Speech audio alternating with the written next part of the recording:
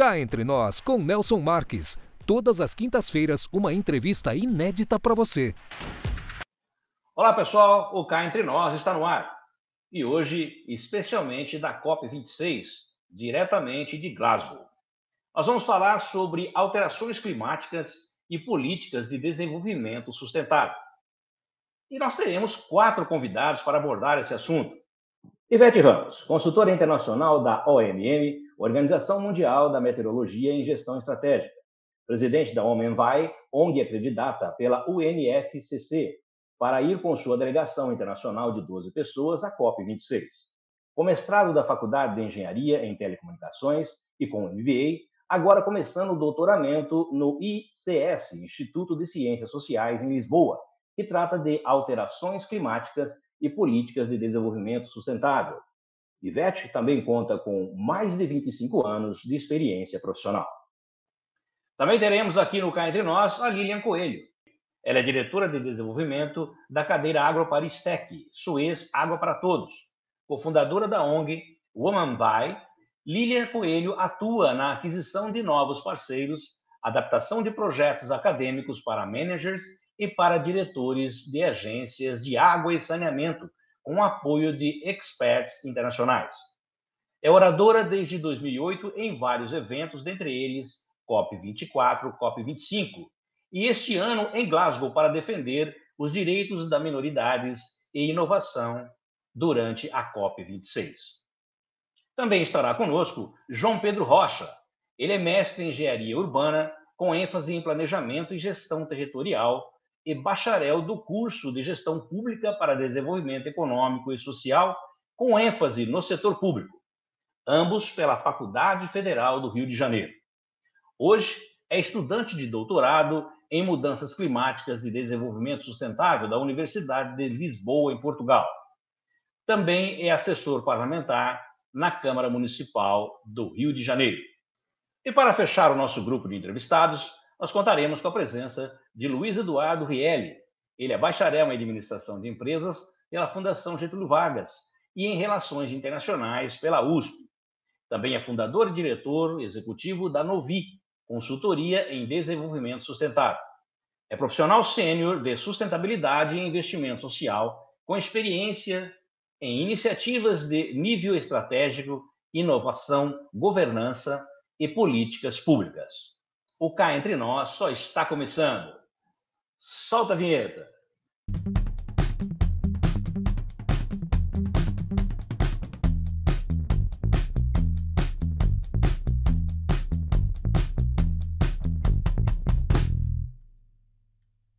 Olá, pessoal. Agora, literalmente, começando o nosso Cá Entre Nós, eu recebo aqui 4 personalidades direto de Glasgow, que estão dando o prazer e a honra de estar aqui conosco.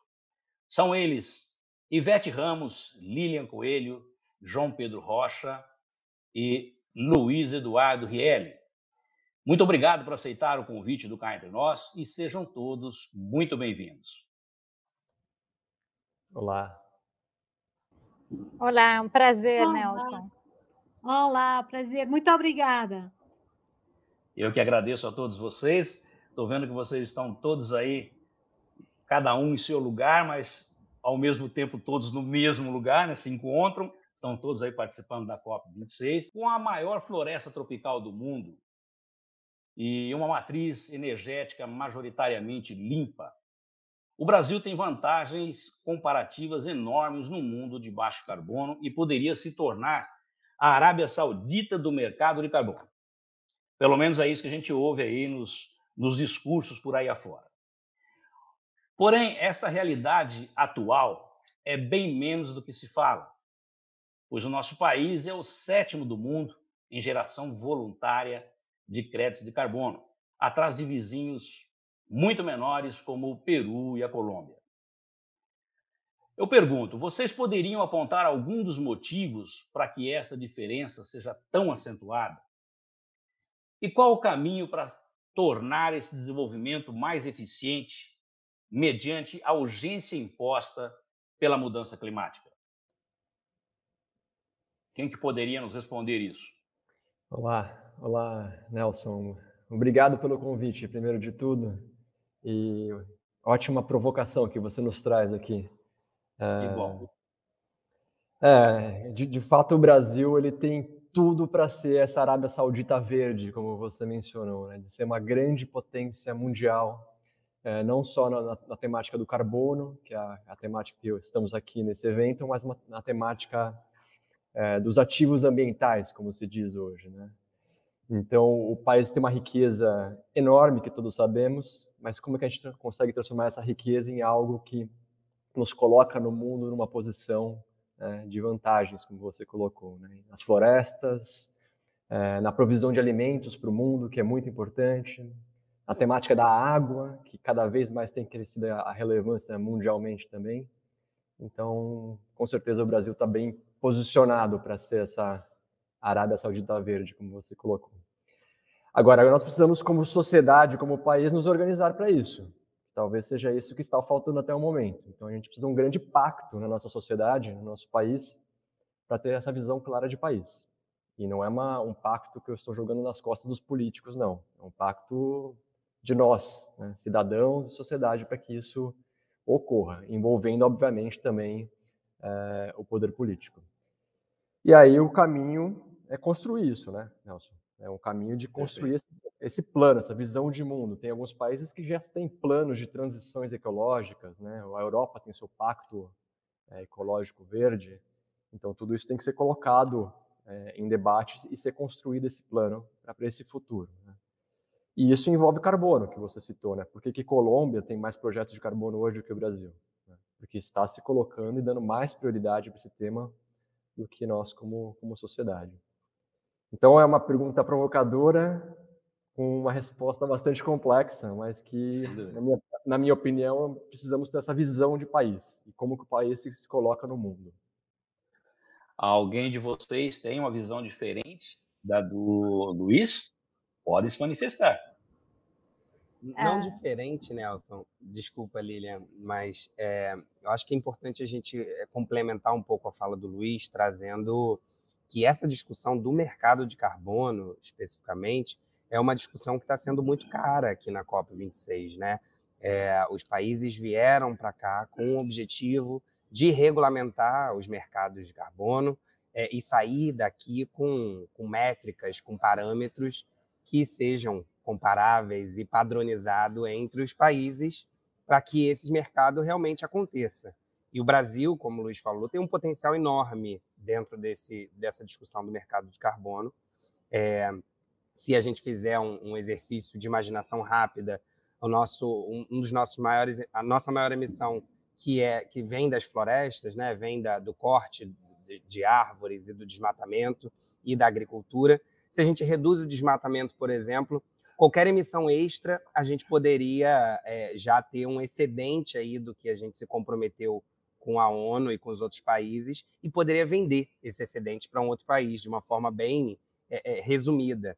Então, isso poderia gerar bastante recurso para o Brasil, e aí a gente está falando de um país em desenvolvimento que precisa de recurso para resolver diversas desigualdades que a gente tem.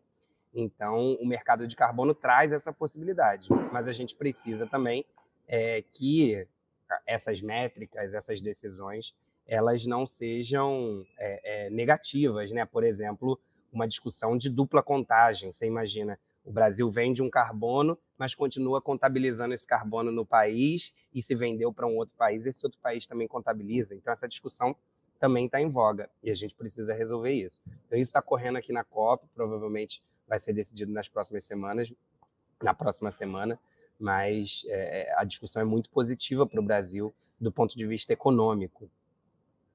Perfeito, perfeito, João. E me diga o seguinte, afinal, de onde vêm as emissões de gás de efeito estufa do Brasil? Eu vou, Nelson, mais uma vez aqui vou tomar a palavra e começar, e vou pedir depois para os meus colegas também complementarem. Claro, Luiz. E tomando aqui já de carona a fala do João anterior, né, que o Brasil ele tem um perfil de emissões que é bastante diferente em relação à maior parte dos países, né? Só para introduzir um pouco, a gente está mais ou menos entre sexto e sétimo maior emissor de gases de efeito estufa em contexto global, atrás de grandes países como Estados Unidos, a China, a Europa, enfim, né? Mas a origem é diferente, e respondendo a sua pergunta, porque as nossas emissões vêm principalmente do uso do solo e florestas, né? Aproximadamente 50% das emissões atuais do Brasil, dados de 2020, vem de uso do solo e florestas. Só pegando aqui uns dados rápidos, só para complementar para o seu público, a agricultura está por volta de 25%, indústria 5%, energia 18% e resíduos 4%. Ou seja, enquanto a maior parte dos países tem uma preocupação muito grande no uso da energia, né, energia para os seus processos industriais, para o transporte, o Brasil acaba que energia tem uma participação até relativamente menor. E aí vem o desafio, né? Quando a gente fala desse perfil de emissões das florestas. Porque a má notícia é que em 2020 a gente teve um aumento nas emissões da ordem de 10% no Brasil em relação às florestas. A gente está falando de queimadas na Amazônia, queimadas no Cerrado e desmatamento em geral, né? E é mais preocupante ainda, né, Nelson, considerando que ano passado foi um ano de pandemia. Então, um ano em que o mundo todo diminuiu as suas emissões, obviamente, pelo contexto de diminuição da atividade econômica, e o Brasil cresceu. Então, isso chamou a atenção do mundo e imagino que na COP todos estão atentos a esse ponto do Brasil, né? Enquanto todos estão diminuindo as emissões do ano passado, o Brasil aumentou, principalmente na questão das florestas. Então, essa é o nosso calcanhar de Aquiles aqui do Brasil. A ser discutido, né, Luiz? Exatamente. Eu queria... Lilian, né? Oi, por favor. Não, eu queria... Obrigada, Ivete. Depois passo a falar. Então, cá entre nós, o que eu gostaria realmente de relevar nesse ponto, em relação ao rapport, né, o documento da IPCC que foi lançado, o Brasil ele entra em dois casos, né? Nós temos a emissão do CO2, mas tem o gás metano. E hoje em dia, o que foi reportado e que todos os países realmente agora estão inquietos e que o Brasil realmente tem que tomar uma atenção particular lá em cima, que o metano ele é 80 vezes. Isso quer dizer, uma tonelada de CO2 é igual a 80 toneladas uma tonelada de CH4, que é do metano, é igual a 80 toneladas de CO2. Então, é enorme a quantidade que o Brasil, na elevagem, na agricultura, vai ter que realmente impor algumas regras, seja investindo em inovação em startups para alimentação da elevagem, né, bovina, pecuária e na agricultura. Então, eu queria ressaltar realmente que existem não só o gás carbônico, mas hoje em dia uma preocupação com o gás metano, que são os dois maiores influentes tecnicamente na produção realmente que pode impactar o Brasil para o futuro. Essa aí. Ivete, você queria comentar também esse assunto? Eu não sou bem brasileira, então por isso vou deixar os brasileiros comentar. Tá bom, claro. E olha só, o que as conferências do clima significam para o mundo da sustentabilidade? Sim. E o que esperar da COP26? Sim, bom, o que eu posso dizer aqui é que, como estava mencionando a Lilian, ela referiu ao último relatório do painel intergovernamental sobre as mudanças climáticas, é o IPCC Report, que foi publicado em agosto de 2021. O mundo não está mesmo no caminho certo para ficar abaixo dos 2 graus Celsius, ou mesmo 1,5, como se falou em 2015 na COP21, no Acordo de Paris, de aquecimento global em comparação com a era pré-industrial, sempre se compara, não é? Isso era mesmo a meta de longo prazo do Acordo de Paris, COP21 em 2015. Mas para reverter essa tendência, os cientistas enfatizaram a necessidade de dividir por 2 a quantidade de emissões globais de gases de efeito de estufa. É por isso que estamos a falar disso durante os próximos 10 anos. Isso é realmente o desafio que estamos falando. E a partir de agora até, então, esta COP que está a acontecer, não é, em Glasgow, onde estamos agora, os países cumpriram os novos objetivos de redução das emissões de gases a efeito de estufa. Com o objetivo de enfrentar essa questão urgente das alterações climáticas, uma coisa muito importante é a colaboração, que é um dos principais objetivos desta COP. Quanto mais líderes globais vão estando vindo ou decidir ou trabalhar juntos, mais poderosa poderá ser a colaboração. E depois, até agora, outra coisa, cerca de 450 participantes financeiros de 45 países já que representam mais ou menos 130 trilhões de dólares, 130 mil milhões de dólares em ativos, já se comprometeram a atingir a neutralidade de carbono até 2050. Então, podemos já dizer que há algum espaço para negociar para a próxima semana. Não sei se os colegas querem dizer alguma coisa, qual é realmente os impactos na COP26, sim. Nelson, não sei se respondi bem à sua pergunta, mas... Sim, claro que respondeu. Se alguém quiser complementar, é só me pedir Então, aí Nelson, que... Lilian Vamos lá. quer complementar? Depois de você. Fala aí, depois eu... Então tá. Não, é porque eu acho muito, muito relevante os pontos que a Ivete trouxe, né, em relação ao último relatório do IPCC, mas a gente já tem alguns avanços aqui nesses primeiros dias da COP, né, que eu acho que vale a gente começar a destacar, né? A gente já teve alguns acordos bilaterais entre os países, sem necessariamente passar pela ONU, né? E, no ponto de vista de desmatamento, 120 nações se comprometeram já a acabar com todo o desmatamento no mundo até 2030. Então, esse já é um ponto muito relevante.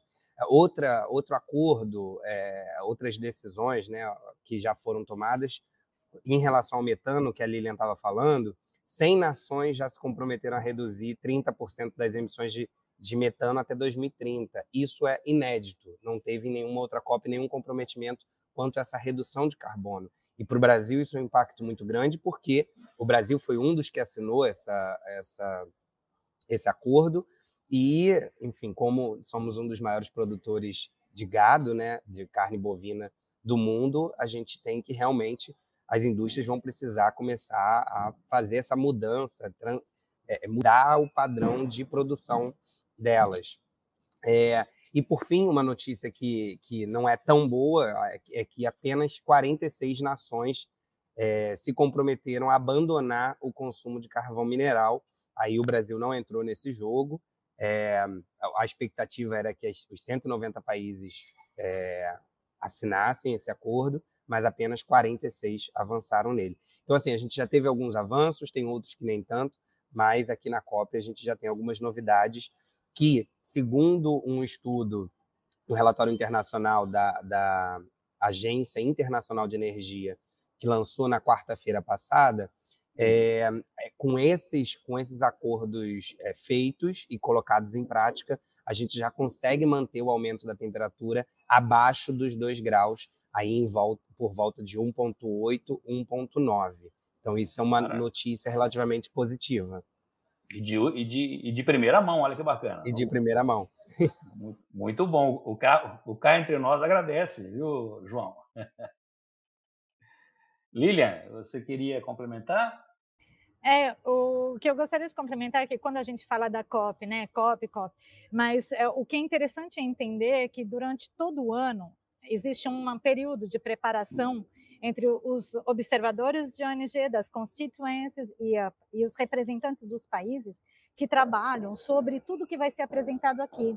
Então, e tem muito questionamento, a COP vai funcionar, a COP não vai funcionar, mas para entender que tem muita energia durante todo o ano, nós temos o mês de março, o mês de junho, de julho, setembro, reuniões com o SBSTA, que é o Subsidiary Body of Scientific and Technology Advance, ou o SBI, que é o Subsidiary Body Implementation, que são os dois grandes chairs da COP, né, que coordenam entre o que a gente escreve realmente. Então, eu tive a chance com a Ivete de contribuir, então a gente escreveu, a gente coloca, porque nós fazemos parte, né, a Women faz parte de uma constituência, que é a Women's and Gender Constituency. A COP é formada por diferentes constituintes, e nós temos as nossas vozes para acrescentar realmente textos que vão ser lidos aqui e aprovados. Então, eu queria só passar essa imagem, porque a gente, não, porque ainda mais uma COP ou não outra COP, é dizer que existem pessoas que trabalham um ano inteiro para que isso aconteça. Então, é só para dar esse link, né, de um trabalho e que realmente de formiguinhas, né, que Entendi. são ligadas aos representantes políticos e da sociedade civil para o sucesso, né? E eu participei do plenário, né, ontem, e eles falaram que essa COP de 26 é a primeira COP onde todos os países são conscientes que temos que mudar. Até a COP25 tinha países que não queriam aderir à importância do câmbio climático. E a partir dessa COP, a grande mudança dessa COP em relação às outras é que todos os países estão de acordo que tem que fazer alguma coisa e nós passamos a era como. Que bom, bacana. Isso já é um avanço, né? Isso me interessa. Vocês poderiam nos explicar qual a relação das mudanças climáticas com a urbanização? Bom, vou começar aqui compartilhando um pouco de algumas reflexões. É uma pergunta complexa, né, Nelson? Não é tão simples. Sem dúvida. Eu vou tentar simplificar, mas a gente, desde da Revolução Industrial, né, que a gente começa a utilizar os combustíveis fósseis para promover o desenvolvimento das nossas indústrias. E com elas a gente tem o crescimento das cidades, né, que é onde as indústrias ficavam ou ficam, e que também demandaram no seu crescimento esses mesmos combustíveis. Além do crescimento dessas cidades sobre espaços livres, florestas, áreas verdes, que nesse primeiro ponto, então, a gente já tem uma conexão total entre o surgimento das cidades e a urbanização, pressupondo emissões de gases de efeito estufa, que impactam aí, que levam às mudanças climáticas. Um segundo ponto que eu acho que é importante trazer, aí já chegando mais para a segunda metade do século XX, enfim, o início do século XXI, é que a gente seguiu como padrão de desenvolvimento das cidades, não só no Brasil, mas em grande parte do mundo e no sul global, isso não é diferente, é um modelo americano.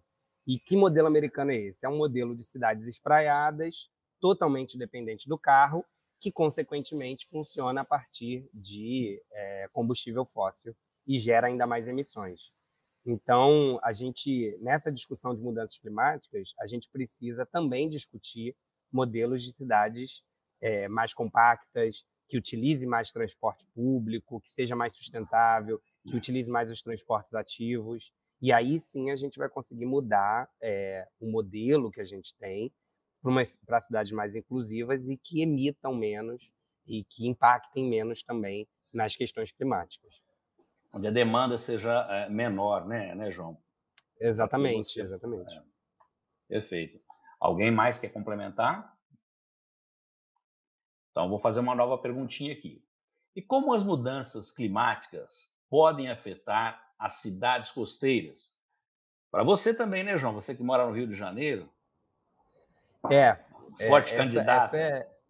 Continuar falando de cidades é muito importante. Eu acho que a gente vai ter um crescimento. A gente já tem a maior parte da população mundial vivendo em área urbanizada, e isso vai se tornar maioria em todos os países do mundo até 2030, na verdade, a expectativa da ONU. O Brasil já é majoritariamente urbano e a maioria da população brasileira vive na costa, né, nas cidades costeiras. E para a gente entender mais ainda, 1/4 da população mundial, eu estava assistindo hoje exatamente uma conferência sobre isso, 1/4 da população mundial vive em ilhas e cidades costeiras.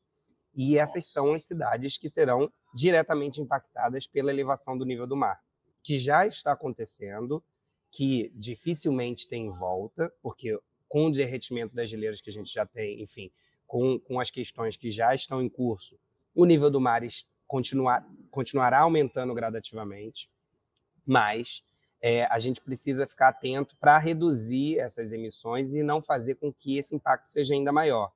Nesse encontro que eu estava comentando com vocês, que aconteceu hoje, eu encontrei um parlamentar da ilha de Tuvalu, que é uma pequena ilha, né, no oceano, e aí o país, né, Tuvalu, já vai ter que fazer políticas de adaptação para salvar toda a sua população. Eles vão ter que elevar a ilha, vão ter que fazer um grande investimento de elevação da ilha, porque com a previsão de 1,5 graus de aumento, a ilha já não existe mais.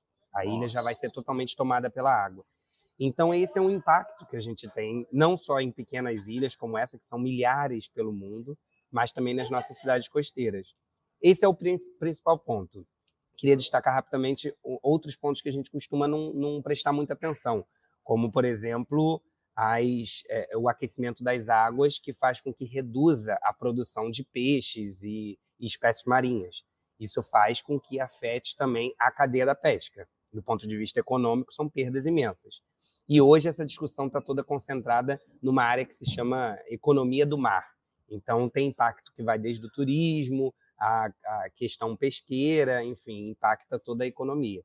Então, se a gente não prestar atenção para as questões climáticas, para essa urgência que a gente vai ter perdas inimagináveis para essas regiões. Nelson.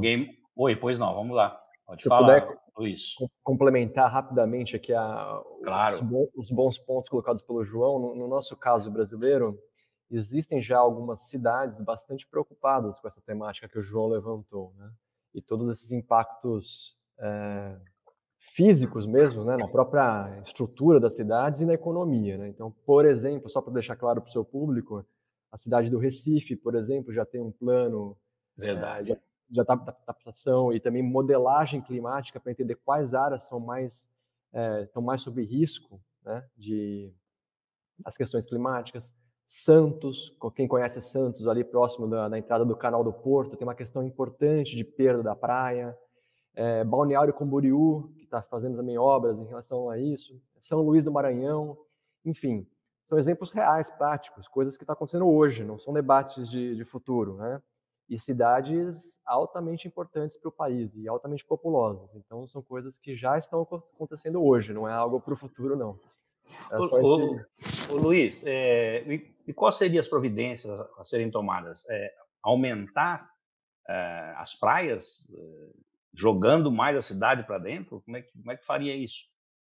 Teria que ser um plano bem grande, né, para poder aproveitar tudo isso.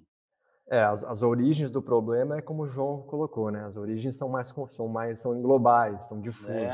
Agora, as soluções, né, tem o lado da engenharia, que depois até vou passar para a Ivete me ajudar também com o lado da engenharia, que não é a minha formação. Sim. Mas, por exemplo, Santos está fazendo soluções de engenharia, soluções, algumas até que eles chamam de soluções baseadas na natureza. Mimetizam soluções da natureza para aumentar costões, aumentar a influência das marés. Agora, Balneário Camboriú também está fazendo obras de engenharia. Agora, Nelson, tudo isso tem um limite. A natureza é muito mais forte e muito mais sábia que o homem, né? Não tenha dúvida disso. Então, a engenharia oferece algumas soluções, alguns caminhos, mas no fim do dia, esse acordo global que estamos aqui discutindo na COP é o que realmente vai mudar e fazer a diferença. Luiz, alguma outra mudança ambiental que nós já podemos perceber com o passar desses anos todos?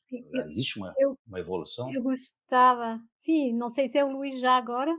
ou se eu posso comentar. Pode, claro, sem dúvida. Porque é verdade, eu gostava de explicar um pouco, porque com o tempo, é verdade, o aumento das temperaturas alterou realmente as condições climáticas e então atrapalhou o equilíbrio natural normal.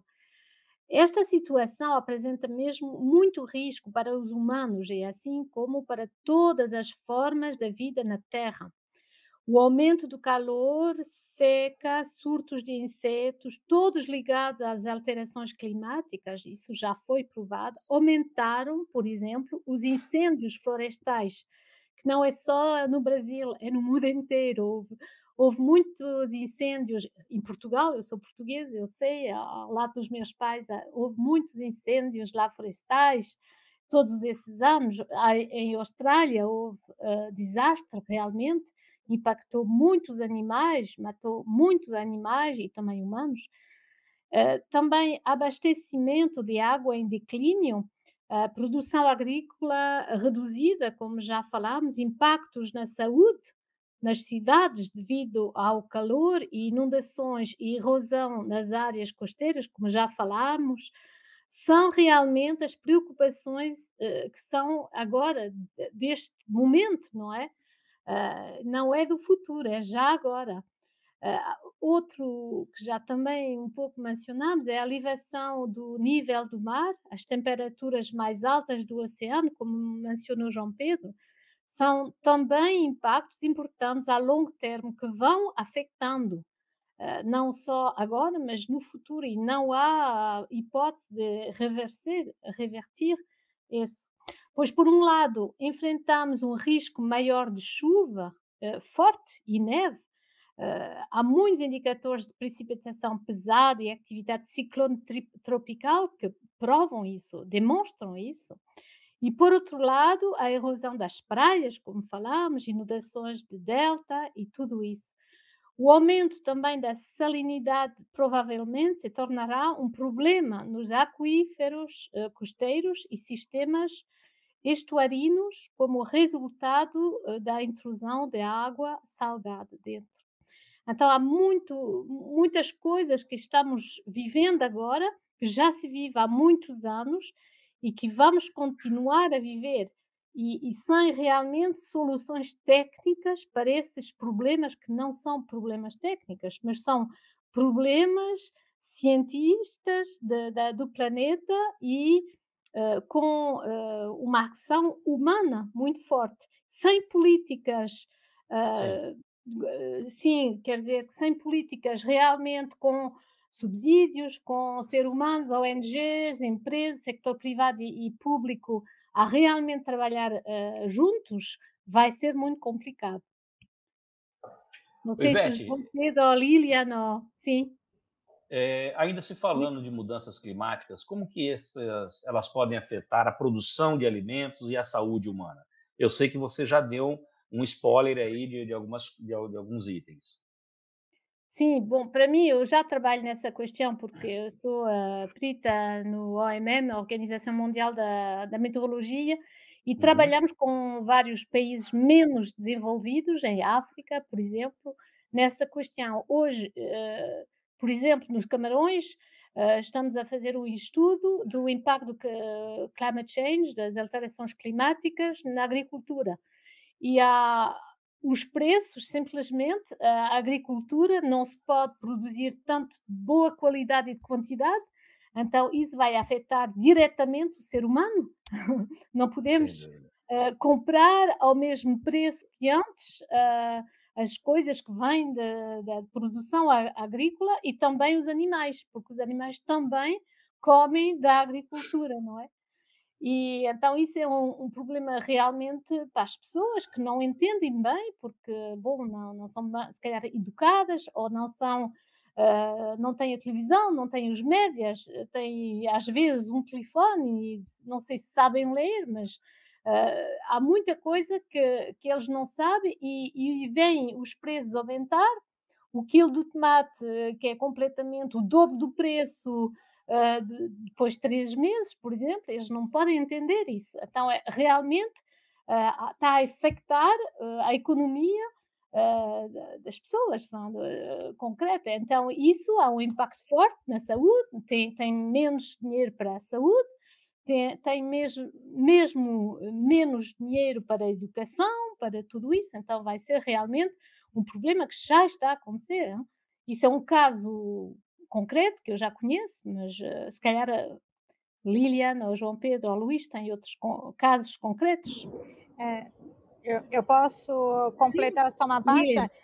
Eu ia falar exatamente essa parte financeira, e tem duas palavras que você falou que me marcaram muito, que é o que eu falo, é a educação de um povo e a economia, né? Elas estão ligadas. Mas um povo, ele é educado, mas ele entende como é gerar, e a economia se desenvolve, né? Então, a base de uma boa economia é a educação.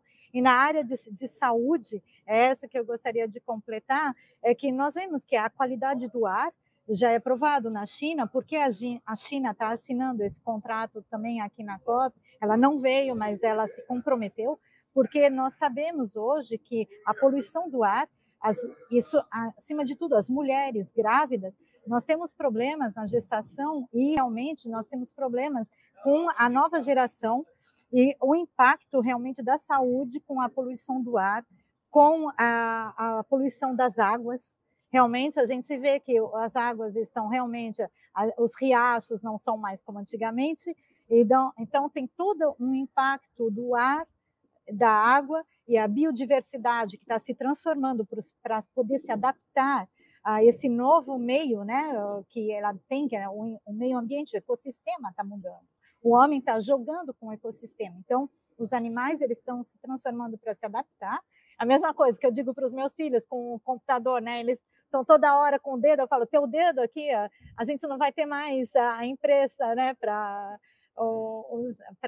poder tirar a identidade, a impressão digital. Então, tem vários fatores que influem na saúde, que hoje é comprovado cientificamente, e na Organização Mundial da Saúde está levando essa parte das mudanças climáticas com a saúde em relação à nova geração, os problemas que nós conseguimos hoje dar nomes, né, e que antes nós não sabíamos. Perfeito. Mais alguém quer fazer algum comentário sobre essa questão? Ou eu posso passar? Nelson. Oi, vamos lá. Deixa eu só trazer uma contribuição sobre a questão da agricultura, que eu acho que é exemplo prático, né, do que aconteceu no Brasil esse ano, de 2021. A estiagem que a gente teve no Sul no início do ano, né, no final do primeiro semestre, gerou um impacto aproximado de quase 30% na diminuição da produção de milho, soja, enfim. E isso gerou um impacto direto no preço desses produtos no mercado e, claro, nos outros produtos que dependem também do milho e da soja. Basicamente, como a Ivete disse, o gado se alimenta desse material, né, desse alimento.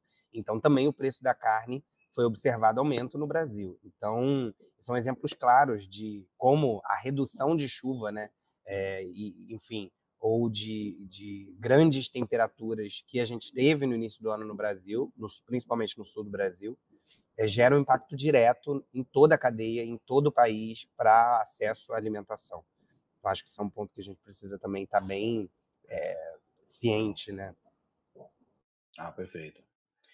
Bom, diante de tantas implicações, como nós podemos conter ou minimizar essas consequências das mudanças climáticas, uma vez que nós não as evitamos antes?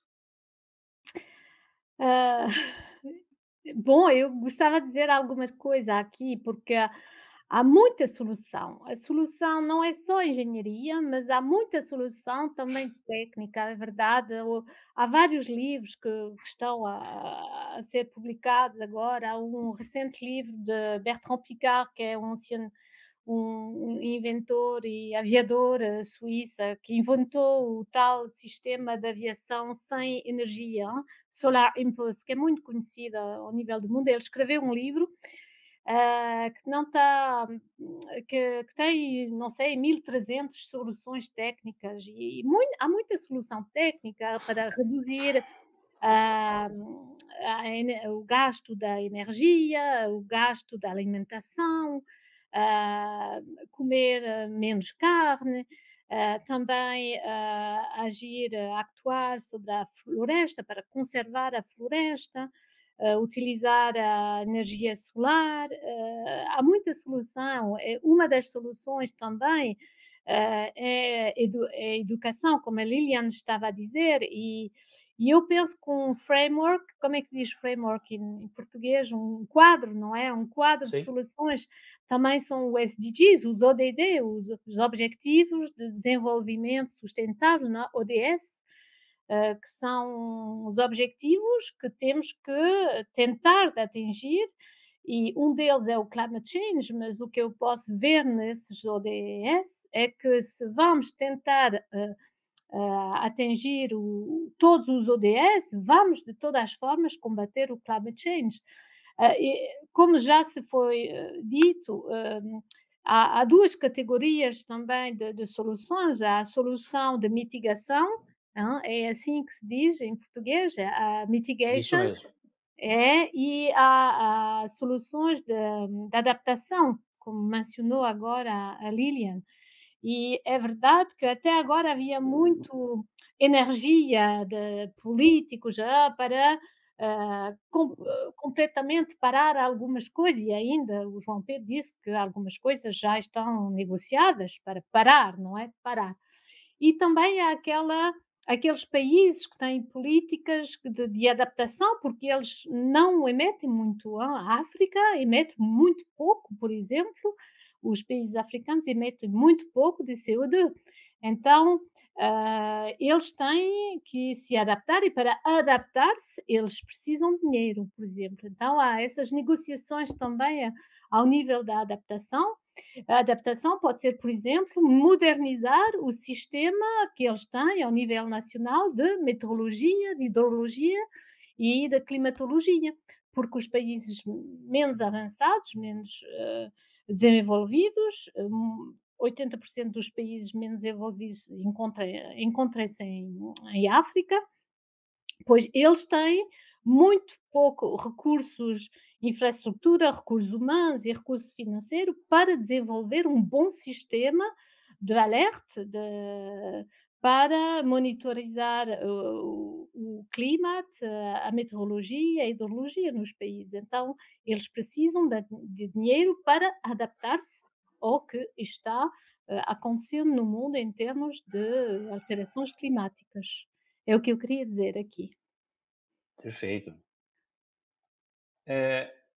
Me diga o seguinte, no âmbito da ODS 13, as metas concretas até 2030 são melhorar a educação, conscientização, a capacidade humana e institucional sobre as mudanças climáticas, a redução dos seus efeitos e o alerta precoce. A comunicação sobre essas metas tem sido divulgadas com eficiência? Não. Não. Mas, não respondendo rápido, mas não, eu acho que vale a gente destacar que aqui na COP, por exemplo, a gente tem, nesse ano, a maior delegação de jovens do Brasil representadas e a mais diversa também. E esse é um tema exatamente o tema que está sendo tratado pela juventude, não só do Brasil, mas de todo o mundo, que é a questão da educação climática, da necessidade dos países, dos parlamentos adotarem a educação climática e levar elas para as suas escolas, mas não só escolas, levar também para as cidades, que as cidades são espaço de educação também. Quando uma criança anda na rua, quando ela atravessa uma rua, quando tem sinais, quando tem imagens, quando a cidade é atrativa para a criança, enfim, ela é uma cidade educativa. Então, essa cidade também pode ser para a educação climática. A família, enfim, os espaços, o parlamento pode ser um espaço também para a educação climática. Eu tive a oportunidade de ver hoje o Parlamento Infantil da Escócia. É uma iniciativa incrível que eles têm com as crianças nas escolas, de levar as crianças para o parlamento para discutir alteração climática, para discutir mudança climática. Então, iniciativas como essa faz com que esse assunto se torne ainda mais comum e é necessário. Para a gente atingir esse ODS 13, né, os objetivos do desenvolvimento sustentável relacionados à mudança climática, é importante que educação climática esteja na pauta de todos os países e de todas as cidades. Então, acho que isso é muito importante avançar. Ivete, desculpa te cortar. Sim, desculpa. É que eu quero dizer que é exatamente por isso que a Lilian e nós criamos há 3 anos, agora 4 quase, a Women Vai, é a nossa NGO, e Lilian, eu gostaria também de te ouvir, porque é exatamente nós duas, nós pensamos criar essa NGO para melhorar a comunicação, a educação dos jovens, das mulheres também, e pôr isso tudo junto, propor um programa que chamamos a Women Vai Academy às mais jovens e às mulheres empreendedoras, Isso mesmo. nesses temas das alterações climáticas. Então, nós oferecemos uns prémios, vamos organizar uns talheres, oferecemos uns prémios para elas organizar a startup, organizar-se a sua empresa a partir do momento que tenha uma componente tecnológica, engenharia e tudo, e de desenvolvimento sustentável. Não sei se Lilian queres explicar um pouco mais, mas é isso basicamente, exatamente por isso que nós estamos na COP26 com uma delegação de 12 pessoas, 6 na primeira semana e 6 na segunda, porque é muito importante, sim, a voz da civil society, a sociedade civil. Bacana. Lilian, você gostaria de complementar essas informações do Women Vai? Claro. Um ponto mais importante que eu tenho que é o prático, né? Eu só, como um pouco de engenheira, eu não consigo fazer. Para mim tem que ser, eu vou direto ao ponto. Nós fomos para o Benin, né? Com o Ministério do Digital, que ajudou a selecionar um grupo de mulheres que tinham projetos na área de meio ambiente e do digital. Nós fizemos uma seleção, formamos elas e uma ganhou o prêmio para poder desenvolver a empresa dela. Essa forma de leadership, de empreendedorismo, né, feminino é importante, porque a gente tem um gap muito grande, né? Eu sempre trabalhei com homens na área de engenharia, nunca tive, mas a gente tem que defender realmente para tentar achar um equilíbrio, né? Que a gente possa, né, 50% do planeta que é fora do sistema econômico e financeiro possa se integrar mais. Então, o nosso projeto acadêmico é para inserir mais mulheres no mercado, e isso é construtivo, né? Ninguém está pegando o lugar de ninguém, algo realmente em conjunto.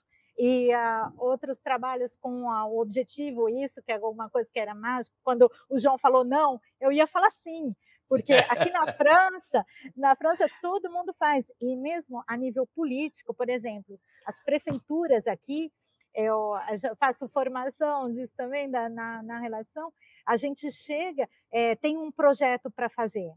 Esse projeto ele só vai ser viável se ele responder os 17, porque os Objetivos do Desenvolvimento Sustentável, eles são 17. Então, a gente tem a roda e a gente coloca qual é o meu projeto lá dentro. E a gente vai vendo e a gente faz um brainstorming dos Objetivos do Desenvolvimento Sustentável. Um dia, quando a gente tiver tempo, porque agora a gente já está no fim, porque isso é realmente algo que tem que se repertoriar, passar mais as informações, e é muito rico, porque aqui na Europa a gente acaba tendo muito acesso a esse tipo de informação, e a gente está à disposição de vocês para trocar e fazer belos projetos juntos para o futuro. Sem dúvida, e eu quero tê-los aqui mais vezes, em outras oportunidades, para tratarmos desses assuntos todos. Eu quero ir para o Brasil, estou morrendo de saudade. Que bom, será sempre bem-vinda.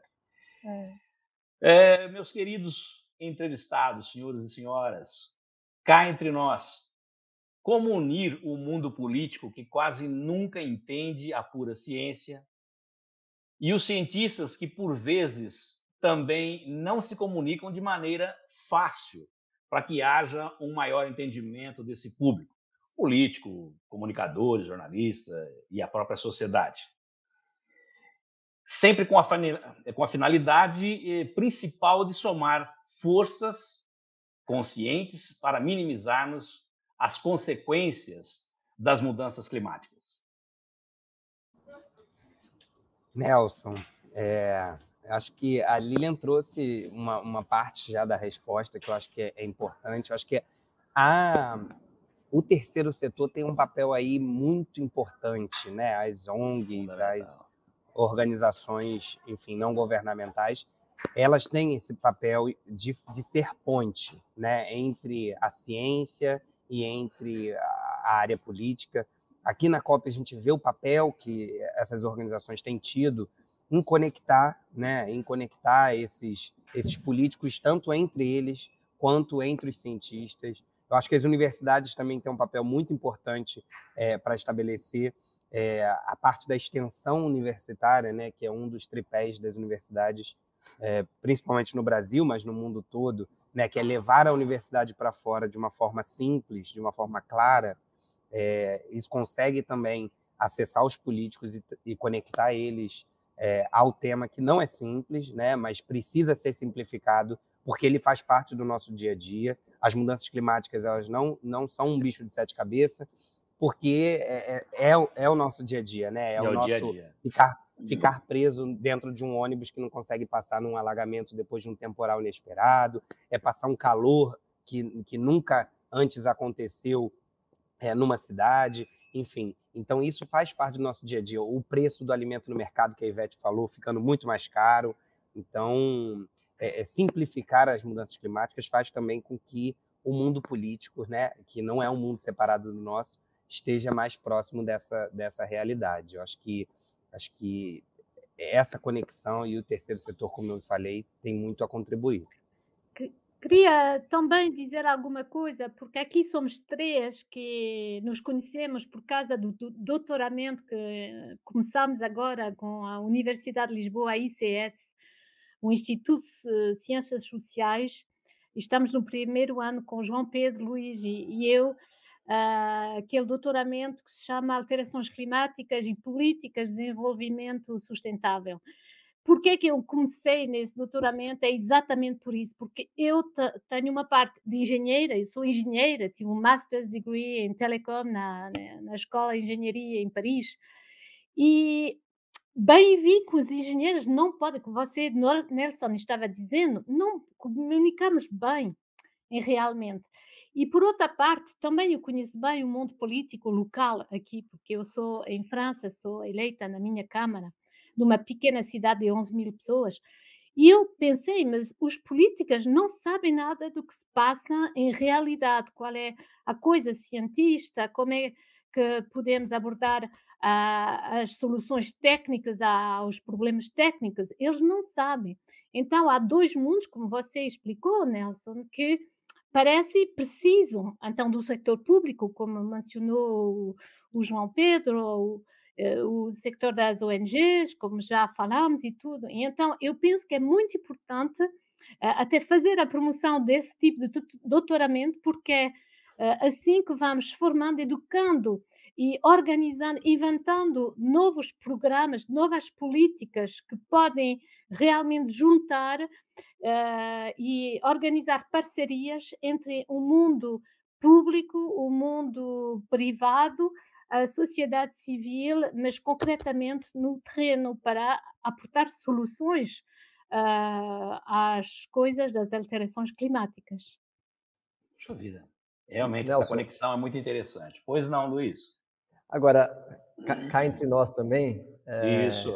cada dia mais as pessoas estão ficando mais preocupadas com esse tema. Então, essa conexão entre, né, a ciência, o mundo político, a sociedade civil vai ser forçadamente ocorrer. Como a Lilian colocava agora há pouco, talvez a COP26 seja a COP em que todos estão completamente conscientes de que precisamos agir todos juntos. E hoje eu escutava um cientista falando, olha, talvez acho que é a primeira vez que os políticos estão um pouco assustados com o estado das coisas, né? Então, como eu costumo brincar, se não for pelo amor, talvez também seja um pouco pela dor, né? Pela dor, é verdade. Mas enfim, essa conexão vai ter que acontecer, né? Do mundo político e o mundo científico. Bacana. Bom, Ivete, Lília, João e Luiz, muito obrigado por essa verdadeira conferência que vocês estão nos concedendo. Afinal, temos que aproveitar o clima da COP26 e ajudar na divulgação desse tema de suma importância para todos nós, não é verdade? Nesse momento, eu sempre reservo aqui o espaço do nosso programa para que nossos entrevistados, neste caso hoje vocês, deixem os seus contatos e também uma mensagem para os nossos seguidores. Fiquem à vontade, qual de vocês querem falar primeiro e deixar os seus contatos? Eu posso? Se quiser. Claro, vamos lá, Ivete. Bom, meus contactos é simples. Eu sou Ivete Ramos, tenho o meu perfil na Twitter, na Facebook, na LinkedIn, que se calhar é o melhor, e vou deixar o link exatamente do meu profile. Se faz favor, podem me escrever também por e-mail. E gostava bem, sim, organizar alguma coisa com os nossos amigos aqui do Brasil, uma Women Vai Academy. A nossa embaixadora Lilian, que está aqui, vai nos organizar isso, eu penso, com o meu primozito, Nelson. Muito obrigado. Pode ter certeza que já está aceito. Não sei o que vem, mas já está aceito, viu, Lilian? Obrigada. Lilian, quer deixar os seus Tá. contatos? Já que Deixa você foi mencionada pela Ivete, não é verdade? Intimada. na sequência, como você fez, hein? Se anunciou, Ivete, vamos seguir Então, a tua vamos ordem. seguir o roteiro. Então, eu sou a Lilian Coelho, eu sou especialista na área de água e saneamento também, onde eu trabalho nessa área de academia do management, do leadership na água e saneamento, e com a Women Vai, espero realmente traçar grandes projetos no Brasil. Eu queria só deixar uma mensagem de final, que foi uma frase que os experts do GIEC, né, disseram hoje em dia, que é o clima que nós queremos amanhã deve ser feito hoje. Né? Com as ações de hoje, nós vamos colher o que é amanhã, né, em português. Então, fico à disposição para perguntas, seja por e-mail, seja pelo LinkedIn, ou Twitter, ou Instagram. Então, um abraço a todos. E mais uma vez, Nelson, muito obrigado pelo convite. Imagina, Lili, nós é que agradecemos. Tenho certeza que vocês todos enriqueceram muito cá entre nós. João? Nelson, Ivete, Luiz, Lilian, é um prazer estar aqui com vocês. Queria agradecer mais uma vez o convite do Cá Entre Nós e dizer que a gente está aqui na primeira semana ainda da COP. Isso é uma grande loucura, a dinâmica aqui é muito intensa, mas as discussões parecem que têm caminhado. Eu sou um otimista esperançoso, um realista esperançoso. Eu acho que a gente tem avançado em algumas pautas. É claro que não está perfeito, mas eu tenho visto que a sociedade civil, o terceiro setor, a Women Vai, que tem feito, né, tem protagonizado discussões importantes. A gente tem pressionado os governos para avançar em metas, em políticas claras, em ações efetivas. Já não é mais momento de discutir se está ou não está acontecendo, agora é como vamos fazer, como vamos colocar em prática. E a sociedade civil, o terceiro setor está aqui para pressionar, e eu tenho visto avanços bem positivos. Então, eu queria deixar essa reflexão. E uma segunda que eu ouvi hoje cedo e que faz todo sentido, que a melhor política de adaptação que a gente tem é a democracia. Então, a gente precisa sempre lembrar a importância da democracia em todos os países, e no Brasil não é diferente. A gente precisa estar sempre reforçando isso. É isso, muito obrigado e até a próxima. Muito obrigado, João. Meu querido amigo Luiz Eduardo Rielli. Muito bem, muito obrigado, Nelson, pelo convite, pelo nosso encontro caloroso dos dias frios da COP em Glasgow. E minha mensagem final, eu sigo a linha do João. É hora de agir. Temos que ter esperança, mas como diz o professor Cortella, esperança não no sentido de esperar, sim, né, mas de ter um olhar positivo para o futuro, né? Eu acho que o pessimismo não é uma opção para a humanidade. A gente temos que ser realmente realistas e ter um olhar positivo para o futuro. Não temos essa opção de pessimismo. Deixo meus contatos aqui embaixo, como você já mostrou. Isso. Vamos colocar novamente. Eu atuo como consultor na área de sustentabilidade e de transições, e sou um grande incentivador da sociedade civil e apoiador da Woman Vai. Então, agradeço Ivete, Lilian, pelo brilhante trabalho da Woman Vai. Obrigado, Nelson. Obrigado, Nelson. Eu que agradeço. Bom, hoje recebemos do Cá Entre Nós, diretamente de Glasgow, Ivete Ramos, Lilian Coelho, João Pedro Rocha e Luiz Eduardo Rielli. A semana que vem nós teremos uma nova entrevista e, é claro, sempre escolhida por você, que nos segue aí nas redes sociais e que também constantemente está enviando os seus e-mails, sugerindo as pautas a serem tratadas aqui semanalmente, todas as quintas-feiras, aqui o Cá Entre Nós com uma entrevista nova. Excepcionalmente, essa de hoje vai ser colocada no dia 9/11, na próxima terça-feira, é claro, dado aí a disponibilidade dos nossos queridos amigos que estão diretamente de Glasgow, nos proporcionando essa verdadeira conferência, como eu já disse anteriormente. Lembrando que se você ainda não se inscreveu no canal, o João se inscreveu agora há pouco, né, João? Gostei. Inscreva-se, aproveita que vocês estão por aí, dá um like e, é claro, divulguem e compartilhem os nossos vídeos nas suas redes sociais e também nos seus grupos do WhatsApp. Mais uma vez, pessoal, muito obrigado pela confiança e disponibilidade de vocês participarem aqui do Cá Entre Nós. Gratidão mesmo, fiquei muito contente. A todos que ficaram conosco até agora, nosso muito obrigado pelo carinho da audiência. Até uma próxima e até semana que vem, se Deus quiser. Solta a vinheta.